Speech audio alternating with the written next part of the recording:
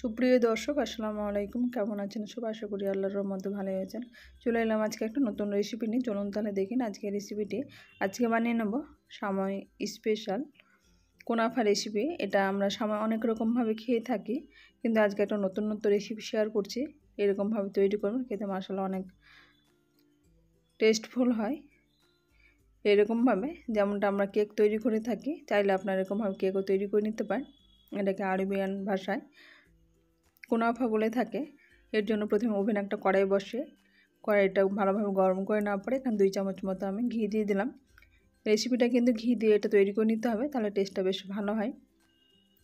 এখন এখানে আমি 1 প্যাকেট সাময় নিয়েছি, যে সাময়টা সরু, সেই সাময়টা দিয়ে তৈরি করলে কিন্তু এখানে রেসিপিটা ভালো হয়।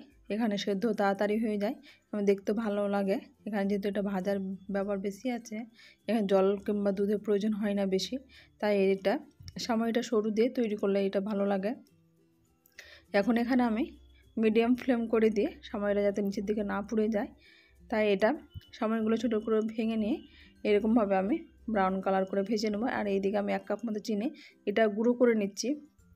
এখন চিনি গুঁড়ো করে নিয়ে এখানে আমি অল্প অল্প করে দিয়ে দেবো। এখানে যেমন মিষ্টি খাবেন সেই হিসাবে কিন্তু কোনোভাবে দেবেন। আমি এখানে মিষ্টি বেশি করি না, খাই না, তাই এখানে অল্প পরিমাণ আমি চিনিটা দেবো, যেমন টেস্ট হয়। অতিরিক্ত মিষ্টি সেটা কিন্তু না, এখানে মিষ্টি হবে। এখানে 3 চামচ মতো চিনি গুঁড়ো দিয়ে এখানে আমি গরম জল 1 কাপ মতো দিয়ে দিলাম, যেহেতু এখানে সামান্য পরিমাণটা বেশি আছে। এখন কালারটা চেঞ্জ হয়ে গেছে, ঘিয়ে ভাজতে ভাজতে ভেজে নেওয়ার পরে যখন কালারটা চেঞ্জ হয়ে আসবে তখন কিন্তু জলটা এখানে দিতে হবে, তাহলে কালারটা ঠিক থাকে। এখন এরকমভাবে সময়টা দেখে বুঝতে পারছেন কালারটা অনেকটা চেঞ্জ হয়ে গেছে। এখন চিনি গলে জল দিলাম, তাতে কিন্তু অনেকটা সেদ্ধ হয়ে যাবে। এখন আঁচটা আমি একেবারে কমিয়ে দেবো। এখানে অনবরত নাড়তে হবে যাতে নিচের দিকে সাময়গুলো পুড়ে না যায়। এরকমভাবে অনবরত নাড়তে নাড়তে সাময়টা কিন্তু সেদ্ধ হয়ে গেছে। এখানে দেখে আমি কিছুটা আরও চিনির মনে হচ্ছে প্রয়োজন আছে মিষ্টি, তাই আমি আরও 2 চামচ মতো চিনি দিয়ে দিলাম। আর এখানে আমি নিয়েছি হলুদ ফুড কালার। এখানে আপনারা চাইলে যে কোনো কালার ব্যবহার করতে পারেন, যেমন কুনাফার কালারটা নেবেন সেই হিসেবে কিন্তু কালারটা দেবেন। এখানে যেহেতু সাময়ের কালার হলুদ আছে, তাই আমি এখানে হলুদ কালারটাই এখানে বেছে নিয়েছি। এখন এখানে আরও কয়েক ফোঁটা আমি ফুড কালারটা দিয়ে দিলাম। এখানে বেশি দিচ্ছি না, 10 থেকে 12 ফোঁটা মতো আমি কালারটা দিয়েছি। এখন এটা দিয়ে ভালোভাবে এটাকে আমি মিশিয়ে নেব, যাতে কালারটা সবগুলোর সাথে মিশে যায়। এখন সময়টা কিন্তু এরকম আমি নাড়তে নাড়তে অনবরত এরকম সেদ্ধ হয়ে গেছে। এখন এটা ওভেন বন্ধ করে দিয়ে আমি এটা ঢাকা দিয়ে রেখে দেবো। গরমে এরকম ঢাকা দিয়ে দিলে সময়টা কিন্তু খুব সহজে এটা আরও সেদ্ধ হয়ে যায় আর ঝরঝরে থাকবে। এরকম বেশি সেদ্ধ করে দিলে গলা গলা হয়ে যায়, তখন কিন্তু কুনাফাটা ভালো হয়নি। এইদিকে আমি 1/2 লিটার দুধ নিয়েছি, দুধটাকে ভালোভাবে ঘন করে নিয়ে এখানে এলাচ তেজপাতা এগুলো দিয়ে এটাকে ফুটতে দিয়েছি। আর আমি 1 চামচ সুজি দিয়ে দিলাম, কাস্টার্ড পাউডার 1 চামচ দিয়ে এটাকে আমি ভালোভাবে এটাকে নেড়ে নিচ্ছি, যাতে এটা জমাট না হয়ে যায়। এরকমভাবে নাড়তে নাড়তে চামচের সাহায্যে আমি সবগুলোকে ভালোভাবে মিশিয়ে নিলাম। এখন এটা ফুল ফ্লেমে এটাকে ফুটতে দেব। এটা ফুটে ফুটে কিন্তু সুজিটা সেদ্ধ হবে। 4 থেকে 5 মিনিট মতো সুজিটা আমি সেদ্ধ করে নেব। এলাচের ফ্লেভারটা কিন্তু খুব সুন্দর বেরিয়ে এসছে। এখন এখানে আমি কিছু ড্রাই ফ্রুটস ব্যবহার করব, চাইলে আপনার এখানে কাজু পিস্তা এগুলো আলাদা করে শুধু ব্যবহার করতে পারেন। আমি শুকনো কিছু কেনা আছে, সেগুলো আমি এখানে ব্যবহার করেছি। এখানে সুজির সঙ্গে সেগুলো কিন্তু খুব সহজে সেদ্ধ হয়ে যাবে, সেটা দিলেও কিন্তু খেতে বেশ ভালো লাগে, চাইলে এটা দিতে পারেন, এটা পুরোপুরি অপশনাল। এখন এটা দিয়ে আমি সুজির সঙ্গে ভালোভাবে সেদ্ধ করে নেব। এখানে মোটামুটি 2 চামচ মতো আমি সবগুলো ড্রাই ফ্রুটস ব্যবহার করেছি। এখানে শুকনো নারকেল, কাজু, কিশমিশ, চারমগজ, আমন্ড বাদাম সবগুলোই ছোটো ছোটো টুকরো করে কাটা আছে, সেগুলো আমি একটা প্যাকেটের মধ্যে থেকে অর্ধেকটা মতো দিয়ে দিলাম।